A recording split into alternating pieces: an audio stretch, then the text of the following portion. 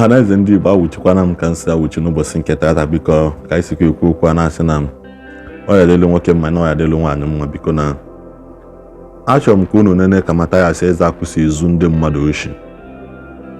Matthias Ezeaku bụ onye oshi, ikperime ọjọọ, onye ori azụrụ azụ ka ọ bụ. Achọrọ m ka unu kule da neneke na vidiyo maka na ọ na-ewute m na ụfọdụ ndị na-asị na maka na Matthias na-eme ihe ọ na-eme esorize wee na-ekpuchido alụ na mpụ na aghụghọ na-eme. Ana m ekwu ya na-ekwusi ike na chanel asị na ihe a Matthias na-eme, Matthias na-ekrieti chọọchị of Satan, satanic gathering ka ọ na-ekrieti n'ebe ahụ.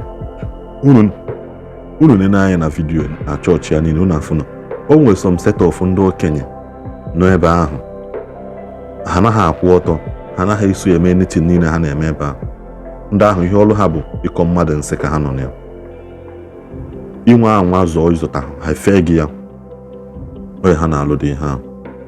Matthias pụta ọ sị na ndị chọọchị mee ụmụazị na ụmụazị na-eme nke ụmụazị eje mmụọ teknọlọji mụ nka mana ọ dịse Matthias gadara ụmụazị na chọọchị ya soro na-akpọka ha n'akụkụ na-agba egwu. Gịnị ka ọ ya anaghị ya ije tie ụmụazị ahụ ebe ha ya mụ teknọlọji? Ọ hapụ gọọmenti ọ ya na-akpọ afa na-akpọ ụka si ụka asị ya.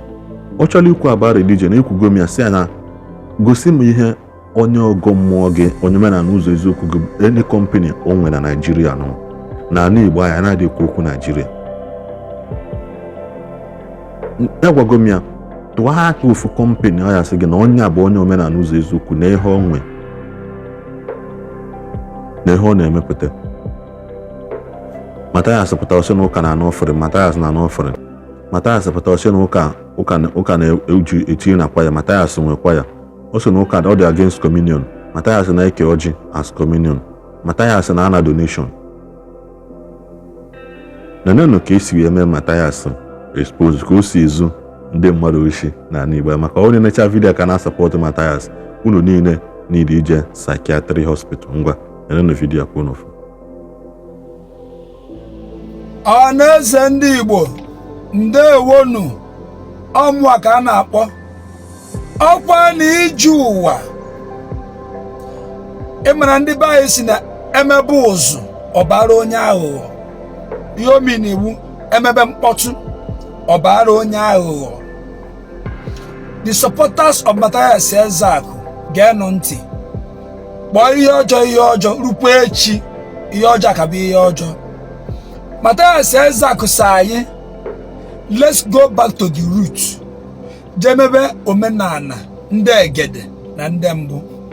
Mwezi ka njụọ ndị mmadụ biko nụ, ihe Matthias Ezeaku na-eme ọ bụ omenala?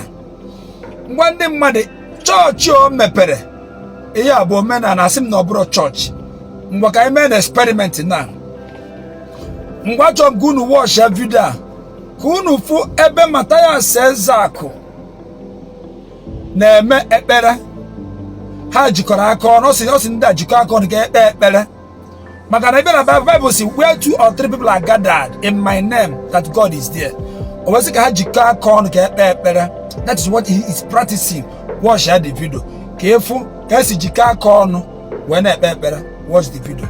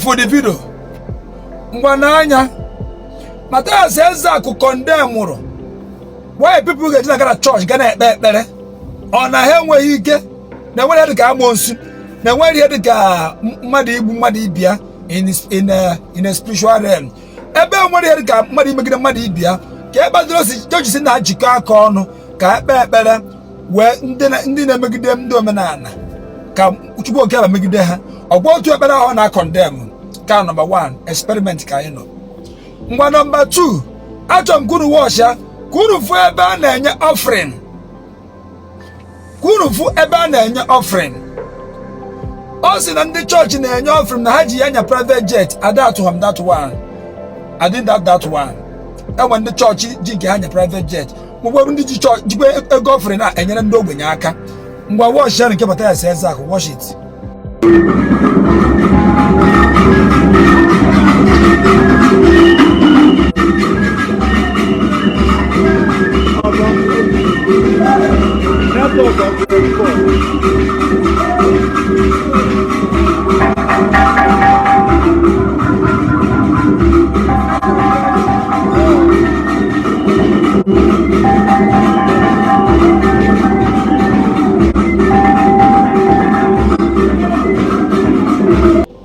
Una forgot the video.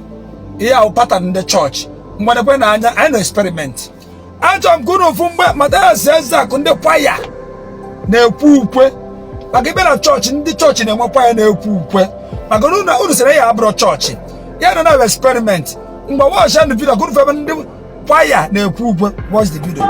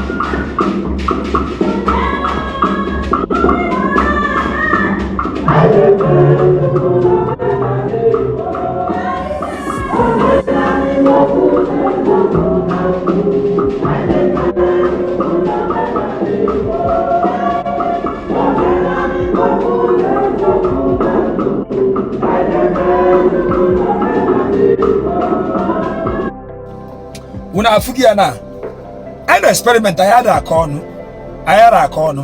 Welcome kunu washa kunu fu ibe na church e we be na announcement time mara no na pulpit we ma announcement ndị nna chere ụmụ agbọghọ chere na church abi ajo kunu washa kunu fu ebe na announcement nke Matthias Ezeaku ngwa watch the video.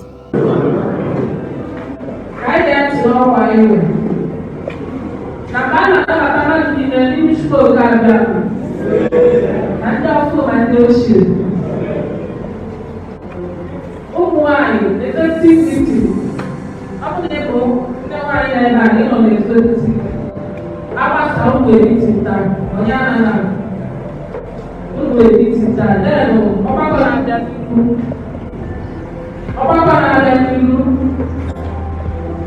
why ni le general meeting don't carry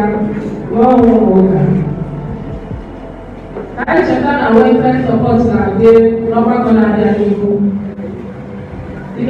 People don't wait go website support. Then I check out and they check the BP.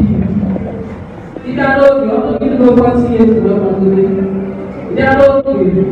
Over governor, I check the BP on a level go. Ikabalo, I tell you your charge and you take care of them. Then who will take meeting time? Then who will take meeting? That group in and then my youth. Who can potential alone, vice alone, the second alone. Group of Omenala, Matthias, Matthias, nwere meeting na mabasa onye anaghị ndị egwu nwekwasịrị executive meeting ha taa mabasa ichere ọ nwere otu onye n'ime anyị ọ kwụrụ ọnụ mekanik ya ọsọ achọghị ebe ọ gbagọghị o mechara obere okwu ọ natabazi ebe a wee sonye anyị o wee na-ayọ ụzọ wepụ ebe ọ nọ ụfọdụ anyị ọ bụrụ na ị nọ ebe a ị na-achọ ọga na onye mekanik ọ sị na ya ọ bụ Japanese ọ bụrụ na ihe dị onye dị otu ahụ o mechaghị ebe ọ nọ mmekwuo ozi ọ bụrụ na ihe dị mekanik ọ gbasara biko ịbịa ka gọọmenti anyị ntị ụnyaahụ maka na nke a bụ nke anyị dịka a na-arịọkwazi ụlọ anyị ụka afụ na ndị ọcha dị n'ụdị taa ọ nwere ya bụ ọgbakọ na-aga n'ihu ha na-agbagote ebe a na-ezi ozi na-akwụ ya biko anyị achọ ọsị ya anything ọbụla ị na-izi ihe ọbụla ga-ebugote gị na onye ebe a bụ ya onye ọcha ọ ga-eme ka olu onye ahụ chọrọ isi ozi ahụ ntị bụ ya onye ọcha ya chọrọ ka mmadụ na-agbagote ebe a na-ebido ọgbakọ ngaba gbasa. Then membership card for those to get a membership card ever 1,000. Only you go to TK to go to get your membership card. Did I who get away did get Una for the video. I na experiment. What beauty to one. I don't go to wash even at church. I want to be Thanksgiving. I be able to Thanksgiving at church. And when church talk about Thanksgiving, everything church pastor at one day widows care and the mother. When did they be? Uno said, Matthias Ezeaku na blood church call. Watch I'm going to wash. I'm going to fry. Matthias Ezeaku might be at Thanksgiving. But that rice. Watch the video. Una for the video. Okay now. Actually, I'm going to wash. Going to fry the congregation. No.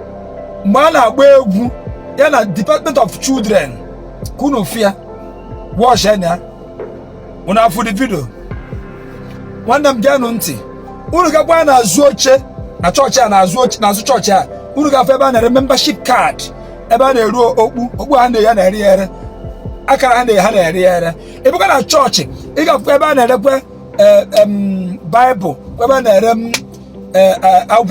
bulletin eji agụ Bible otu a ka ọ dịkwara nke Matthias Ezeaku ị gara azụ chọọchị ya ị ga-afụ ebe a na-ere Bible ha nwe Bible ya na plate egwu ya ahụ ma okpu a na-eyi ma akara a na-ere ya ebe ahụ eji anya cham na bụfịa ọ dị ebe ahụ mgbe ọhaneze ndị Igbo ajụjụ nchọ ka njụọ na ihe Matthias Ezeaku na-eme na ọ chọọchị ka ọ bụ omenala otu a ka ndị our ancestors which is our relative man on otu aka we practice omenala ndị our forefathers otu aka we practice omenala mwe na aju omenala nke o English omenala ka nke omenala Igbo onye sika njọ ndị mmadụ ka ọwụ church ka ọwụ geenụ ntị onwere onye anyị na fight onye fu eziokwu ya kwu eziokwu adị m akwụnyere ndị church adị m akwụnyere ndị omenala ihe na ufu eziokwu ma ekwuo I always keep us saying the truth where mụ na chọrọ ya mụ na achọghị ya nụ ị chọrọ ịgọ m iyi ịdị free iyi ya na-egbu mmadụ so gọba na iyi ka ịdị ya chọọ mana ọkwa ma mụ abụ Samuel mgbe orugwe ma nga na-ekwu okwu nga na-agwa ndị mmadụ eziokwu Matthias Ezeaku nna ihe na-eme abụrụ omenala ihe ahụ church no two ways about it. Thank you and God bless you. Ejikwa m n'aka sị na were hela na asị na ịnecha vidiyo a nwe ihe ịghọta n'ime ịnecha vidiyo a ka na support Matthias ịma na ya achọ na ihe n'anya ma na eziokwu the far from you guys unu fụ na mmadụ na-akpa na ajọ ọhịa si na aka na-akwado ya a na-akwado ya na-ehe ili ya si ya carry on mmadụ one ka ma ahapụ ndị na-emeli ya donation mmadụ one ka Matthias nyegoro aka ọ bụ na ị mara ọka ngwa gị na ihe a bụ another avenue o si generate his own personal income maka na ọ fụ na Igbo love themselves efe edigo. Igbo love themselves organization ofe edigo ever since that incident anyị mere ya na Brachigbo ndị mmadụ mata ihe ma nke J Park expose ma nke onye asị ya okay isi na serve public o sigi oke na tender your public service agreement iji serve ndị public otuwa ya gbolo mba so onye ọbụla ka o wee confuse onye ọbụla. Matthias is a criminal. Ọ criminal ka ọ bụ. Ọ na-ezu ndị ọ kwesịrị idodozi oshi na-ezu ha oshi mana ike ya ejugo n'ọgba. Ekene m onye ọbụla na-asị na ọ ya dịla onye ọbụla na mma ka enwenụ mgbe ọzọ.